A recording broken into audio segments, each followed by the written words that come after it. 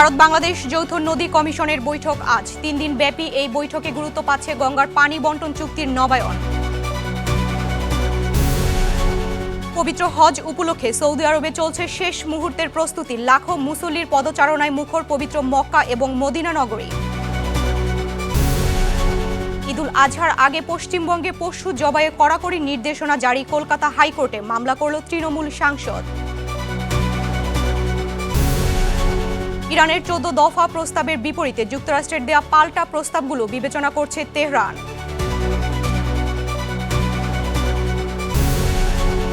এবং নরওয়ে সফরে গিয়ে অস্বস্তিকর পরিস্থিতিতে ভারতের প্রধানমন্ত্রী নরেন্দ্র মোদী। নারী সাংবাদিকের প্রশ্ন ঘিরে তুমুল আলোচনা।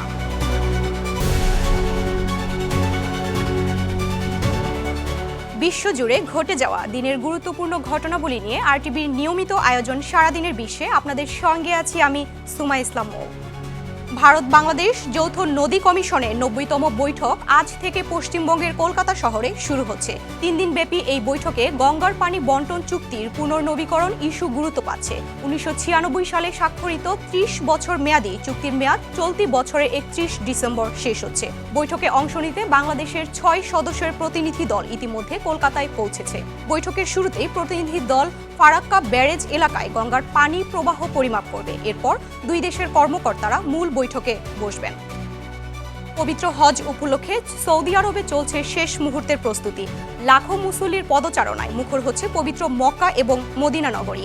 বাংলাদেশ থেকে এবছর মোট ৭৮,৫০০ জন হজ যাত্রী সৌদি আরবে যাবেন হজ পালনে।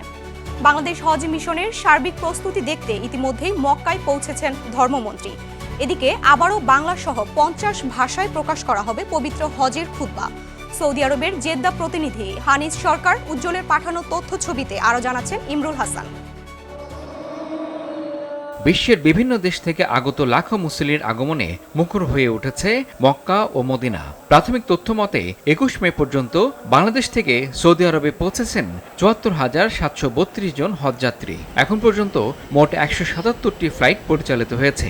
হজ চলাকালীন চিকিৎসা ও সেবায় এখন পর্যন্ত ৪০,০০০-এর বেশি মেডিকেল সেবা এবং প্রায় ২০,০০০ আইটি হেল্প ডেস্ক সাপোর্টের ব্যবস্থা রাখা হয়েছে। বাংলাদেশের হজের সার্বিক ব্যবস্থাপনা দেখতে জেদ্দায় পৌঁছেছেন ধর্মমন্ত্রী কাজী শাহ মোফাজ্জল হোসাইন কায়কোবাদ। জেদ্দার কিং আব্দুল আজিজ আন্তর্জাতিক বিমানবন্দরে তাকে স্বাগত জানান জেদ্দায় বাংলাদেশ কনসাল জেনারেল, ধর্ম মন্ত্রণালয়ের ঊর্ধ্বতন কর্মকর্তা ও হজ মিশনের প্রতিনিধিরা। পরে মক্কায় বাংলাদেশ হজ অফিস পরিদর্শন শেষে এবারের হজ ব্যবস্থাপনায় সন্তোষ প্রকাশ করেন ধর্মমন্ত্রী। প্রধানমন্ত্রী তারেক রহমানের নির্দেশিত কার্যক্রম অনুযায়ী হজ ব্যবস্থাপনা সুষ্ঠুভাবে সম্পন্ন হয়েছে বলে জানান তিনি। এছাড়া সৌদি সরকারকেও সার্বিক সহযোগিতার জন্য ধন্যবাদ জানান ধর্মমন্ত্রী। সৌদি সরকার যেভাবে যে আন্তরিকতার সহিত হজের খেদমত করতেছে, আমরা সারা বিশ্বের মুসলমানরা ওনাদের কাছে কৃতজ্ঞ। এদিকে বাংলাদেশ হজ মিশন জানিয়েছে এবছর মোট ৭৮,৫০০ জন হজযাত্রী সৌদি আরবে আসার কথা রয়েছে। এর মধ্যে সরকারি কোটায় ৪,৫৬৫ জন এবং বেসরকারি ব্যবস্থাপনায় ৭৩,৯৩৫ জন। হজ শেষে আগামী ৩০ মে থেকে ফিরতি ফ্লাইট শুরু হবে এবং ৩০ জুন পর্যন্ত চলবে এই কার্যক্রম। সৌদি আরবের মসজিদুল হারাম ও মসজিদুল নববীর জেনারেল প্রেসিডেন্সি বিভাগ জানিয়েছে এবছর আরাফাতের ময়দান থেকে হজের খুতবার অনুবাদ প্রচারিত হবে বাংলাসহ বিশ্বের ৫০টি ভাষায়। সৌদি বাদশাহ সালমান বিন আব্দুল আজিজের তত্ত্বাবধানে এটি এখন পর্যন্ত হজের খুতবা অনুবাদের সবচেয়ে বড় প্রকল্প। ইমরুল হাসান, আরটিভি। রাশিয়া ও ইউক্রেনে রাতভর পাল্টাপাল্টি ড্রোন হামলায় উভয় দেশে ৪ জন নিহত হয়েছে। ইউক্রেন সীমান্ত থেকে প্রায় ১,০০০ কিলোমিটার দূরে রাশিয়ার সামারা অঞ্চলের সিজরান শহরে ড্রোন হামলায় ২ জন নিহত হয়। শহরটিতে একটি বড় তেল শোধনাগার রয়েছে। তবে ড্রোন হামলায় অবকাঠামোগত কোনো ক্ষয়ক্ষতি হয়েছে কিনা তা এখনো জানা যায়নি। এছাড়া রাশিয়ার বেলগোরোদ অঞ্চলে অপর এক হামলায় ৩ জন আহত হয়েছে। অন্যদিকে ইউক্রেনের চেরনিহিত ও দিনিপ্রো পেত্রোভস্ক অঞ্চল রাশিয়ার ড্রোন হামলায় ২ জন নিহত এবং বেশ কয়েকজন আহত হয়েছেন বলে জানিয়েছে দেশটির জরুরি বিভাগ। গাজামুখী গ্লোবাল সুমুদ ফ্লোটিলায় আটক আন্দোলন কর্মীদের নিয়ে উপহাসমূলক ভিডিও প্রকাশ করে তীব্র বিতর্কের মুখে পড়েছেন ইসরায়েলের কট্টর ডানপন্থী নিরাপত্তা মন্ত্রী ইমাতার বেন গাভির। তার এই আচরণে ক্ষোভ ঝেড়েছেন স্বয়ং প্রধানমন্ত্রী বেনিয়ামিন নেতানিয়াহু। একই ঘটনায় প্রকাশ্যে তিরস্কার করেছেন দেশটির পররাষ্ট্রমন্ত্রী গিদিয়ান সার। তার অভিযোগ, বেন গাভিরের আচরণ আন্তর্জাতিক অঙ্গনে ইসরায়েলের ভাবমূর্তি ক্ষতিগ্রস্ত করেছে। এ ঘটনায় তীব্র প্রতিক্রিয়া জানিয়েছে ইসরায়েল ভিত্তিক মানবাধিকার সংস্থা আদালা। এদিকে আটক আন্দোলন কর্মীদের প্রতি এমন আচরণকে মানবিক মর্যাদার লঙ্ঘন বলে উল্লেখ করেছে ইতালি, তুরস্ক ও গ্রিস। এছাড়া বেন গাভিরের এমন আচরণে ক্ষুব্ধ প্রতিক্রিয়া জানিয়েছে ইউরোপিয়ান কাউন্সিল। ফিলিস্তিনি ভূখণ্ড বিষয়ক জাতিসংঘের বিশেষজ্ঞ ফ্রান্সিসকো আলবানিজের উপর থেকে নিষেধাজ্ঞা তুলে নিয়েছে যুক্তরাষ্ট্র। সম্প্রতি ওয়াশিংটনের একজন ফেডারেল বিচারক এই নিষেধাজ্ঞাকে সাময়িকভাবে স্থগিত করার নির্দেশ দেন। বিচারকের এই আদেশের এক সপ্তাহের মাথায় আনুষ্ঠানিকভাবে নিষেধাজ্ঞা প্রত্যাহারের ঘোষণা দিল মার্কিন ট্রেজারি বিভাগ। গাজায় ইসরায়েলের সামরিক অভিযানের তীব্র সমালোচনা এবং মার্কিন প্রযুক্তি প্রতিষ্ঠানগুলোর বিরুদ্ধে ইসরায়েলকে সহায়তার অভিযোগ তোলায় গত জুলাই মাসে তার উপর এই নিষেধাজ্ঞা আরোপ করে ট্রাম্প প্রশাসন। আলবানিজের স্বামী ও কন্যা এই নিষেধাজ্ঞার বিরুদ্ধে আদালতে মামলা করেন। বিচারক রিচার্ড লিওন ও তার রায়ে বলেন, ট্রাম্প প্রশাসন আলবানিজের মত প্রকাশ বা বার্তার কারণে তার বাক স্বাধীনতার অধিকার লঙ্ঘন করেছে। আদালতের এই পদক্ষেপকে স্বাগত জানিয়েছেন আলবানিজ। ঈদুল আজহার আগে পশ্চিমবঙ্গে পশু জবাইয়ে কড়াকড়ি নির্দেশনা জারি করেছে রাজ্য সরকার। এর বিরুদ্ধে কলকাতা হাইকোর্টে মামলা করেছেন তৃণমূল সাংসদ মহুয়া মৈত্র।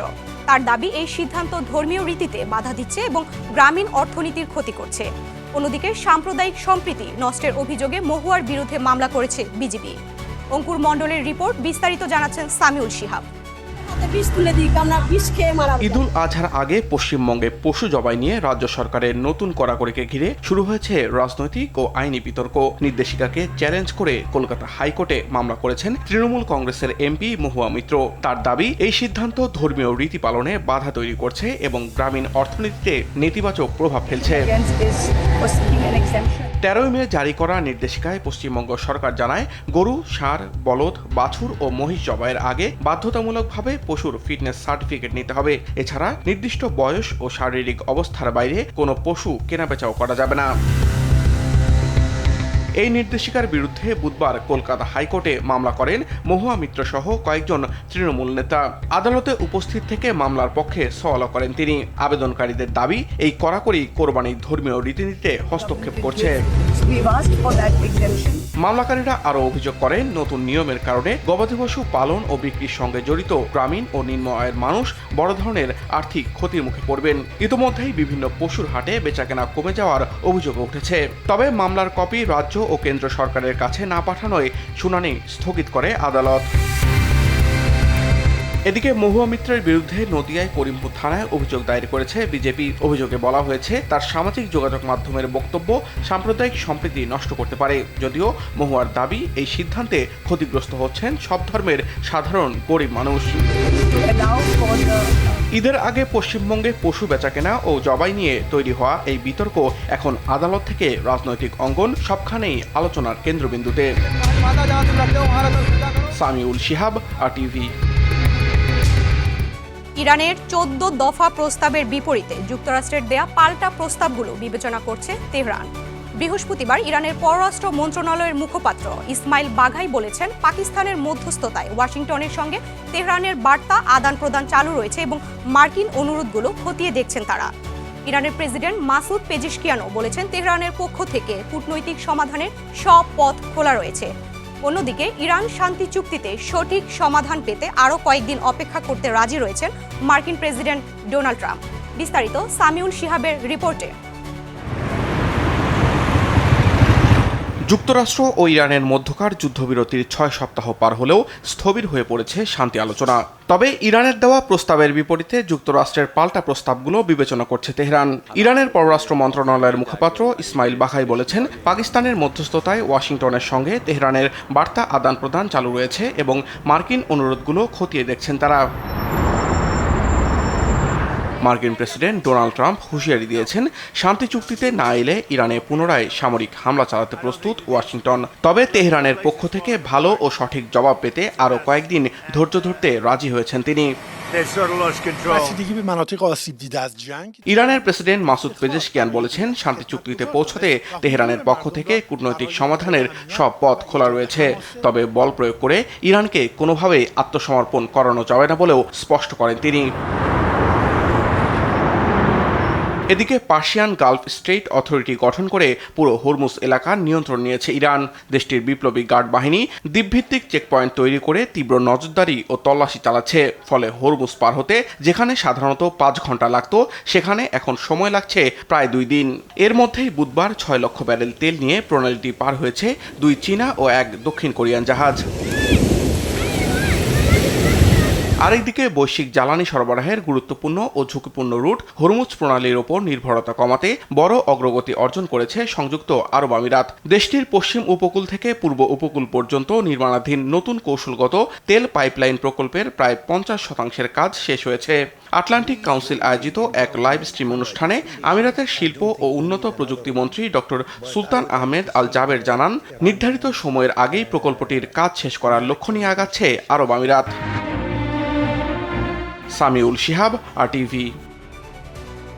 কিউবার সাবেক প্রেসিডেন্ট ও ফিদেল কাস্ট্রোর ভাই রাউল কাস্ট্রোর বিরুদ্ধে আনুষ্ঠানিক হত্যা মামলা দায়ের করেছে যুক্তরাষ্ট্র। স্থানীয় সময় বুধবার মিয়ামিতে এক অনুষ্ঠানে এই মামলার ঘোষণা দেন ভারপ্রাপ্ত মার্কিন অ্যাটর্নি জেনারেল টড ব্ল্যাঞ্চ।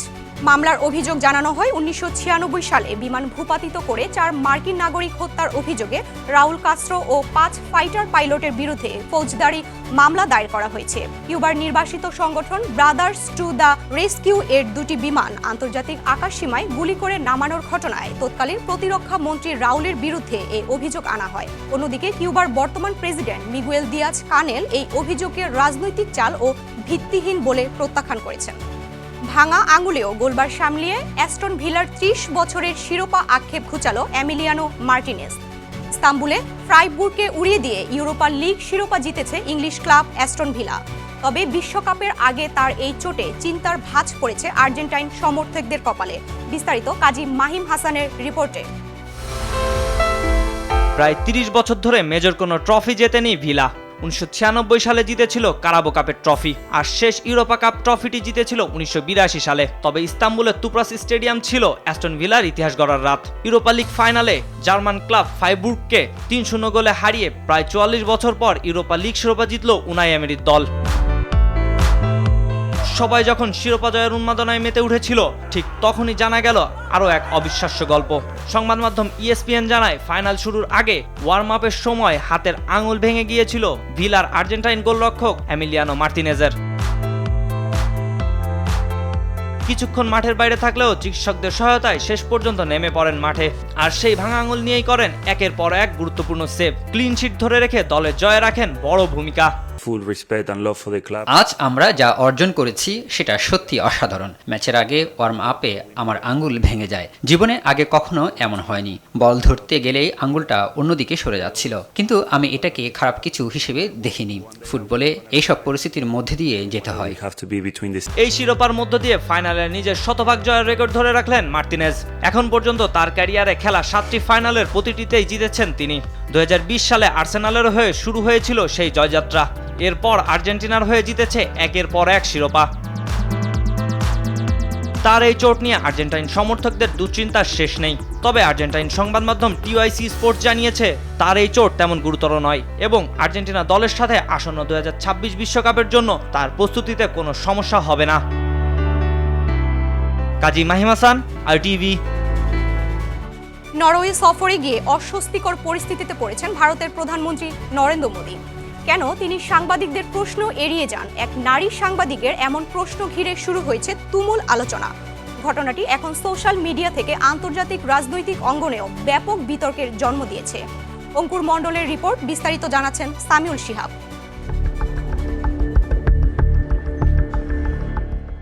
নরওয়ের প্রধানমন্ত্রী জোনাস গার স্টোরের সঙ্গে যৌথ বিবৃতি শেষে ভারতের প্রধানমন্ত্রী নরেন্দ্র মোদী যখন অনুষ্ঠানস্থল ত্যাগ করছিলেন, তখন নরওয়ের সাংবাদিক হেলা ল্যাং তাকে প্রশ্ন করেন, বিশ্বের সবচেয়ে স্বাধীন সংবাদ মাধ্যমের প্রশ্ন তিনি কেন এড়িয়ে যান। মুহূর্তেই সেই দৃশ্য ছড়িয়ে পড়ে আন্তর্জাতিক গণমাধ্যমে।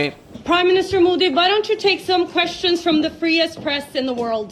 এরপর অসলোতে ভারতের দূতাবাস কর্তৃক আয়োজিত পররাষ্ট্র মন্ত্রণালয়ের প্রেস ব্রিফিংয়েও উত্তেজনা দেখা যায়। হেলা ল্যাং সেখানে মানবাধিকার, গণমাধ্যমের স্বাধীনতা এবং ভারত নরওয়ে সম্পর্ক নিয়ে একাধিক প্রশ্ন তোলেন এবং তাৎক্ষণিক উত্তর দাবি করেন। পরিস্থিতি কিছু সময়ের জন্য উত্তপ্ত হয়ে ওঠে। Let me answer the question. You don't answer the question. Please You're don't talking about interrupt human me. rights. Please don't This is a interrupt me. human rights You ask question. me a question. No, you don't Please. answer the question. This is my press conference. বিবিসিকে দেওয়া এক সাক্ষাৎকারে হেলা ল্যাং বলেন, সাংবাদিক হিসেবে প্রশ্ন করা তার দায়িত্ব। যখন কোনো দেশ সম্পর্ক জোরদার করতে আসে তখন সাংবাদিকদের আরও বেশি প্রশ্ন করার অধিকার থাকা উচিত। তিনি বলেন, উত্তর না পেলে আবার প্রশ্ন করাই তার কাজ। 20 world leaders came and participate in it. তিনি আরও জানান, নরওয়ের মতো দেশে সাধারণত রাষ্ট্রপ্রধানরা সাংবাদিকদের প্রশ্নের উত্তর দেন, কিন্তু ওই ঘটনার সময় তিনি সন্তোষজনক উত্তর পাননি বলে দাবি করেন। তার ভাষায়, আলোচনার মূল বিষয় থেকে সরে গিয়ে অন্য প্রসঙ্গে চলে যাওয়া হয়েছে।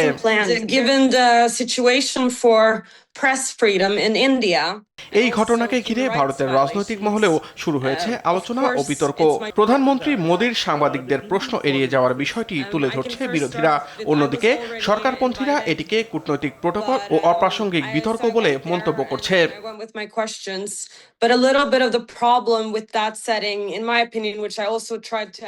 গণমাধ্যমের স্বাধীনতা, কূটনৈতিক শিষ্টাচার আর প্রশ্ন করার অধিকার সবকিছু মিলিয়ে নরওয়ের এক সাংবাদিকের প্রশ্ন এখন শুধু একটি ঘটনা নয়, বরং আন্তর্জাতিক অঙ্গনে আলোচিত একটি রাজনৈতিক ও মিডিয়া বিতর্কে পরিণত হয়েছে।